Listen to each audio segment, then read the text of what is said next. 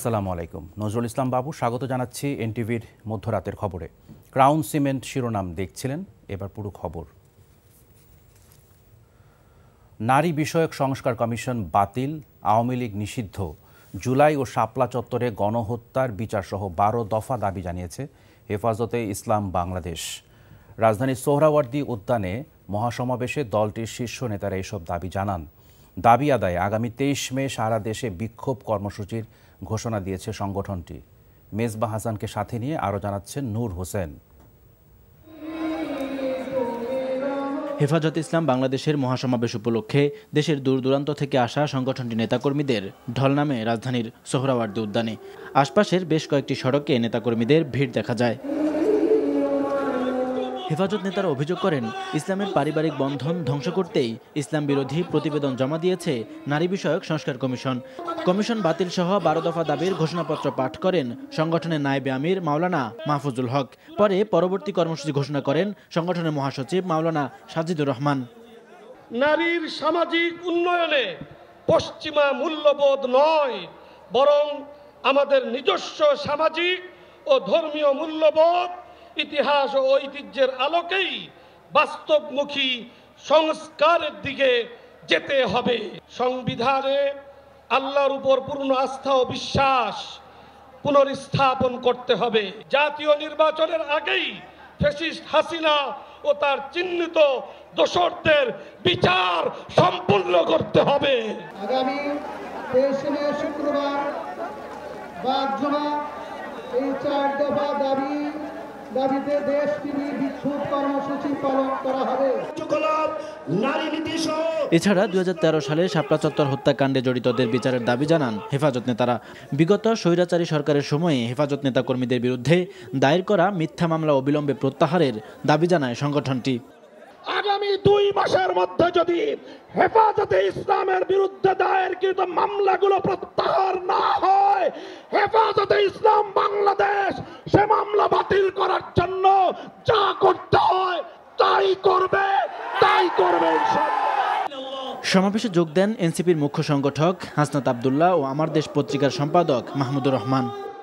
নারী কমিশন করবার জন্য জুলাই বিপ্লবের তরুণেরা জীবন দেয় নাই, তারা জীবন দিয়েছিল বাংলাদেশকে ফ্যাসিবাদ মুক্ত করবার জন্য।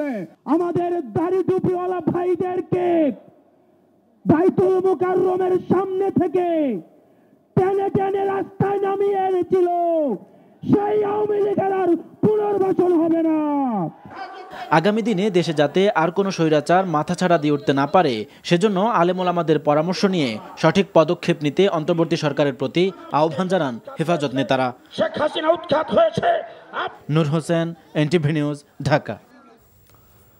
বাংলাদেশ বিমানে নয়, কাতারের আমিরের দেয়া এয়ার অ্যাম্বুলেন্সে করে আগামী 6 মে দেশে ফিরবেন বিএনপি চেয়ারপারসন বেগম খালেদা জিয়া। তাকে বরণ করতে দলের পক্ষ থেকে ব্যাপক প্রস্তুতি নেওয়া হয়েছে। চেয়ারপারসনের দেশে ফেরা নিয়ে বিএনপি মহাসচিব মির্জা ফখরুল ইসলাম আলমগীর জানিয়েছেন, সুশৃঙ্খলভাবে বেগম খালেদা জিয়াকে অভ্যর্থনা জানাতে নেতাকর্মীদের নির্দেশ দেওয়া হয়েছে। গুলশানে চেয়ারপারসনের কার্যালয়ে যৌথ সভা শেষে এসব কথা বলেন তিনি। আরও জানাচ্ছেন আরাফাত ইসলাম। চিকিৎসা শেষে 4 মাস পর সোমবার দেশে ফিরছেন বিএনপি চেয়ারপারসন বেগম খালেদা জিয়া। সবকিছু ঠিক থাকলে হিথ্রো বিমানবন্দর থেকে বিশেষ বিমানে দেশের উদ্দেশ্যে রওনা হবেন সাবেক এই প্রধানমন্ত্রী। আগামী 5 তারিখে দেশনেত্রী বেগম খালেদা জিয়া একটি বিশেষ বিমানে, কাতারের রয়্যাল অ্যাম্বুলেন্স, সেই অ্যাম্বুলেন্সের ফ্লাইটেই তিনি আমাদের দেশে, আমাদের মাঝে আবার ফিরে আসবেন। দলের চেয়ারপারসনের দেশে ফেরা উপলক্ষে দল ও সহযোগী সংগঠনের নেতাদের নিয়ে শনিবার সন্ধ্যায় যৌথ সভা করেন বিএনপি মহাসচিব। পরে ব্রিফিংয়ে বেগম জিয়াকে অভ্যর্থনা জানাতে দলের প্রস্তুতির কথা তুলে ধরেন তিনি। অত্যন্ত শৃঙ্খলা সহকারে রাস্তার 2 ধারে কোনো যানজট সৃষ্টি না করে তারা তাদের নেত্রীকে, এই মহান নেত্রীকে তারা অভ্যর্থনা জানাবেন। আমরা যেটা সাজেস্ট করেছি যে এক হাতে জাতীয় পতাকা, আরেক হাতে দলীয় পতাকা দিয়ে আমরা তাকে অভ্যর্থনা জানাবো। জনগণের কাছে আমাদের আহ্বান থাকবে, এলিভেটেড এক্সপ্রেসওয়ে যেটা আছে সেই পথটি যেন তারা নেওয়ার চেষ্টা করে। এদিকে দেশের চলমান পরিস্থিতিতে বেগম জিয়ার দেশে ফেরাকে গুরুত্বপূর্ণ হিসেবে দেখছেন রাজনৈতিক পর্যবেক্ষকরা। ডক্টর দিলারা চৌধুরী মনে করেন, সংস্কার ও নির্বাচন ইস্যুতে ফ্যাসিবাদ বিরোধী দলগুলোর বিরোধে অভিভাবকের ভূমিকায় দেখা যাবে বিএনপি প্রধানকে। বাংলাদেশের সার্বিক রাজনীতিতে ওনার ভূমিকা এখন অত্যন্ত আমি মনে করি জরুরি। এটা কোনো শুধু দলের দিকে তাকালে ওনার চলবে না, ওনার কিন্তু সার্বিক রাজনীতির দিকে তাকাতে হবে। বাংলাদেশ তো সংকটে আছে, সেই সংকটে উনি দলের ঊর্ধ্বে গিয়ে কথা বলবেন বলে আমি আশা করছি। চলতি বছরের 8 জানুয়ারি উন্নত চিকিৎসার উদ্দেশ্যে লন্ডনে যান 3 বারের সাবেক এই প্রধানমন্ত্রী। লিভার বিশেষজ্ঞ অধ্যাপক প্যাট্রিক কেনেডির তত্ত্বাবধানে সেখানে তার চিকিৎসা চলে। আগের চেয়ে সুস্থ বোধ করায় দেশে ফেরার সিদ্ধান্ত নিয়েছেন তিনি। আরাফাত ইসলাম, এনটিভি নিউজ, ঢাকা। অন্য প্রসঙ্গ, নির্ধারিত সময়ের মধ্যেই জাতীয় সনদ তৈরির কাজ চলছে। রাজনৈতিক দলগুলোর মধ্যে মত পার্থক্য থাকলেও গণ অভ্যুত্থানে যে ঐকমত্য হয়েছে জাতীয় স্বার্থে গণতান্ত্রিক রাষ্ট্র গঠনের জন্য, রাজনৈতিক দলগুলো ছাড় দিবে বলে প্রত্যাশার কথা জানান জাতীয় ঐকমত্য কমিশনের সহসভাপতি ডক্টর আলী রিয়াজ। সকালে সংসদ ভবনের এলডি হলে জাতীয় ঐকমত্য কমিশনের সাথে জাতীয়তাবাদী সমমনা জোটের বৈঠকে কথা বলেন তিনি। এ সময় জাতীয়তাবাদী সমমনা জোটের সমন্বয়ক ও পিপলস পার্টির চেয়ারম্যান ফরিদুজ্জামান ফরহাদ বলেন, একটি সুষ্ঠু গ্রহণযোগ্য নির্বাচন আয়োজন করতে হবে। বাংলাদেশে গণতন্ত্র প্রতিষ্ঠায় তারা সর্বাত্মক সহযোগিতা করবেন।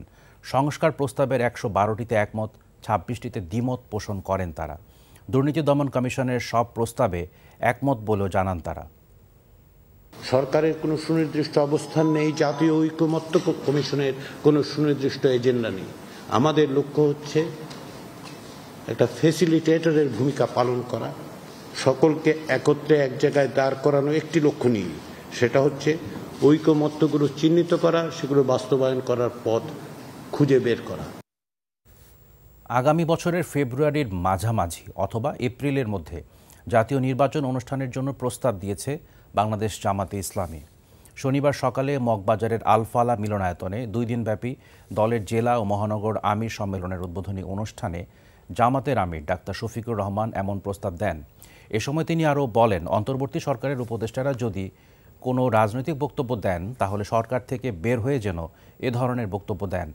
জামাত আমির আরও বলেন, পেশিশক্তি ও কালো টাকা মুক্ত ভোট এবং যোগ্যদের সংসদে চাইলে প্রতিনিধিত্বমূলক পদ্ধতিতে নির্বাচন করা দরকার। ফ্যাসিবাদ আমলে লুটপাট, পাচার ও দুর্নীতির শ্বেতপত্র প্রকাশের দাবি জানিয়ে পাচারকৃত অর্থ দেশে ফিরিয়ে আনার আহ্বান জানান তিনি। ফেব্রুয়ারি মাস সোজা শুরু হওয়ার আগে যদি কোনো কারণে এই সময়ের ভিতরে সংস্কারগুলো এবং বিচারের দৃশ্যমান প্রক্রিয়া জনমনে আস্থা সৃষ্টির পর্যায়ে না আসে, তাহলে ম্যাক্সিমাম এপ্রিল পার হওয়া উচিত নয়। কারণ এরপরে আবার কুরবানি আছে, এরপরে ঝড় বৃষ্টি, বাদল, বন্যা, দুর্যোগ, এগুলো আমাদের জাতীয় জীবনের অংশ। তখন একটা অর্থবহ নির্বাচন করা চ্যালেঞ্জের মুখে পড়ে যেতে পারে। এই জন্য এই বিষয়গুলা সংশ্লিষ্ট পক্ষকে বিবেচনায় নেওয়ার জন্য আমরা আহ্বান জানাব। কৃষিতে ভর্তুকি প্রত্যাহারে বেশি চাপাচাপি করলে আয়োজনে আইএমএফের ঋণ কর্মসূচি থেকে বেরিয়ে আসবে সরকার, এমন মন্তব্য করেছেন প্রধান উপদেষ্টার বিশেষ সহকারী ডক্টর আনিসুজ্জামান চৌধুরী। শনিবার সকালে রাজধানীর ফার্মগেটে কৃষি গবেষণা কাউন্সিল মিলনায়তনে কৃষি বাজেট নিয়ে আয়োজিত আলোচনা সভায় তিনি বলেন, উন্নয়নের ছবি দেখিয়ে মূলত অর্থনীতিকেই আইসিইউতে পাঠিয়েছিল পতিত স্বৈরাচার সরকার। উপায় না পেয়ে আইএমএফের কাছে ঋণের ধর্ণা দিতে হয়েছিল। ডক্টর আনিসুজ্জামান বলেন, এখন আইএমএফ যদি সংস্কারের কথা বলে কৃষিতে ভর্তুকি তুলে নিতে চাপ দেয়, তবে সংস্থাটির ঋণ কর্মসূচি থেকে সরকার বেরিয়ে আসবে।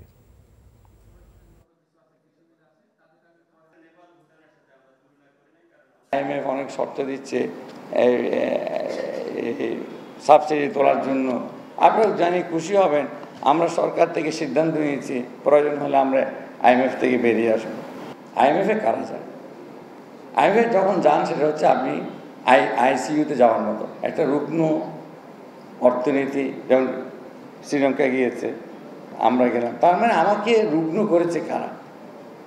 যে উন্নয়নের যে আমরা পিকচার দেখেছিলাম, তারাই আমাদেরকে আবার একটা রুগ্ন রোগীতে পরিণত করে আইসিইউতে নিয়ে যায়। বিগত আওয়ামী লীগ সরকারের আমলে দেশের স্বাধীন পররাষ্ট্রনীতি গ্রহণের নীতি কাঠামো নষ্ট করা হয়েছিল। তাই স্বাধীন পররাষ্ট্রনীতির জন্য একটি শক্তিশালী নীতি কাঠামো তৈরি করতে হবে বলে মনে করেন ভূ রাজনৈতিক বিশ্লেষক ও আন্তর্জাতিক সম্পর্ক বিশেষজ্ঞরা। রাজধানীর সিরডাপ মিলনায়তনে centre for policy analysis and advocacy আয়োজিত গোল টেবিল বৈঠকে এসব কথা বলেন তারা। বৈঠকে দক্ষিণ ও দক্ষিণ পূর্ব এশিয়ার সাথে বাংলাদেশের অংশীদারিত্বের পুনর্গঠন নিয়ে আলোচনা করেন বক্তারা। বলেন, দক্ষিণ ও দক্ষিণ পূর্ব এশিয়ায় সম্পর্ক নতুন করে ভাবতে হলে বাংলাদেশকে আরাকানের বিষয় গুরুত্ব দিয়ে দেখতে হবে। চীন ও মার্কিন প্রশাসনের মধ্যে সমঝোতা না হলে বার্মা অ্যাক্ট বাস্তবায়ন করা সম্ভব নয় বলেও মনে করেন বক্তারা।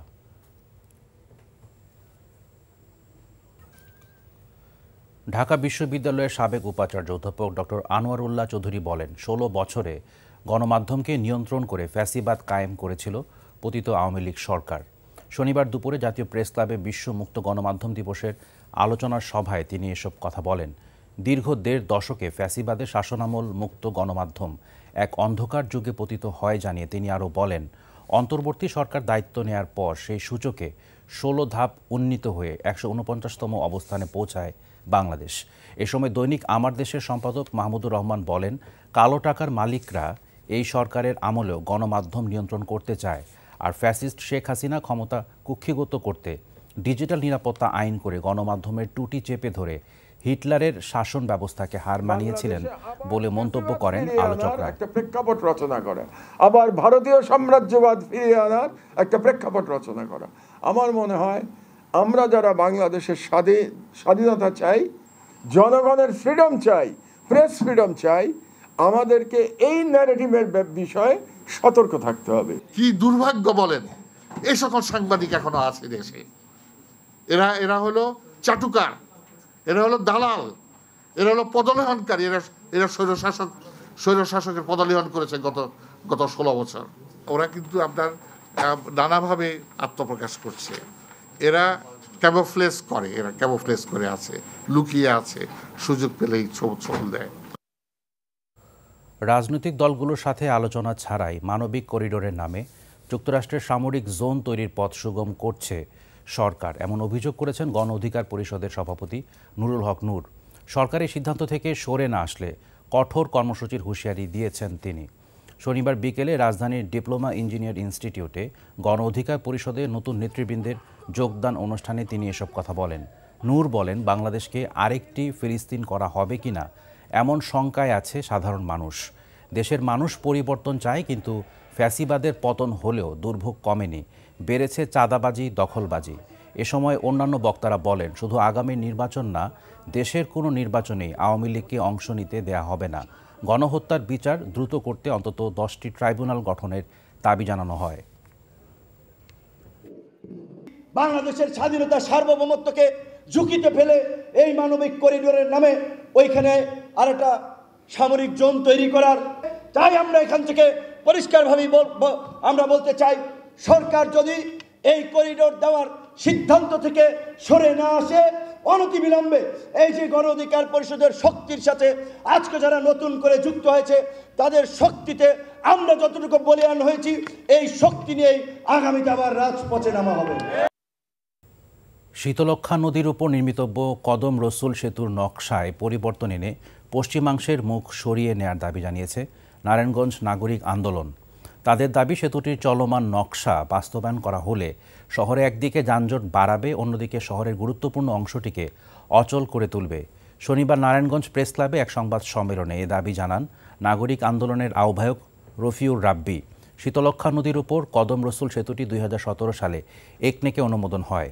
735 কোটি টাকা ব্যয়ে নির্মিতব্য এ সেতুর নির্মাণ কাজের মেয়াদ 2018 সালের জুলাই থেকে বাড়িয়ে 2026 সালের জুন পর্যন্ত করা হয়।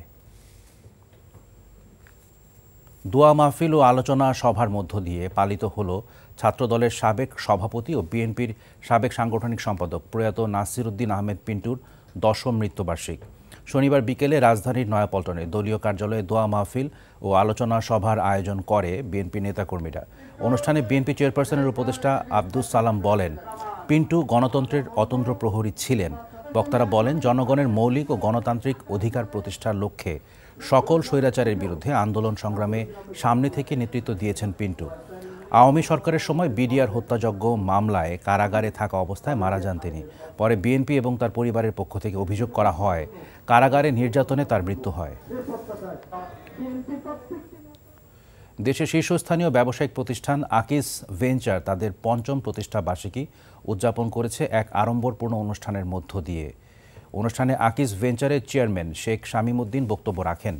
আকিস গ্রুপের একটি ডাইভার্সিফাইড উদ্যোগ হিসেবে যাত্রা শুরু করে আকিস ভেঞ্চার, যার মূল লক্ষ্য ছিল প্রযুক্তির উৎকর্ষতা, গুণগত পণ্য ও সেবার মাধ্যমে ভবিষ্যৎমুখী ব্যবসায়িক প্ল্যাটফর্ম গড়ে তোলা। বর্তমানে আকিস ভেঞ্চার লিমিটেডের অধীনে আছে ৬টি ফ্যাক্টরি, ১৬টি ব্যবসায় ইউনিট ও ৪৫টি ব্র্যান্ড, যার মাধ্যমে ৩০,০০০-এর বেশি মানুষের কর্মসংস্থান হয়েছে। এই ছিল মধ্যরাতের খবরে। এই খবরের ভিডিও সহ আপডেট জানতে ভিজিট করুন এনটিভি অনলাইন www.ntvpd.com। এছাড়াও এনটিভির জনপ্রিয় সব অনুষ্ঠান ও খবরের আপডেট জানতে ভিজিট করুন আমাদের ইউটিউব ও ভেরিফাইড ফেসবুক পেজ। সকাল 7:30টায় সকালের খবর দেখার আমন্ত্রণ রইল। ধন্যবাদ সবাইকে।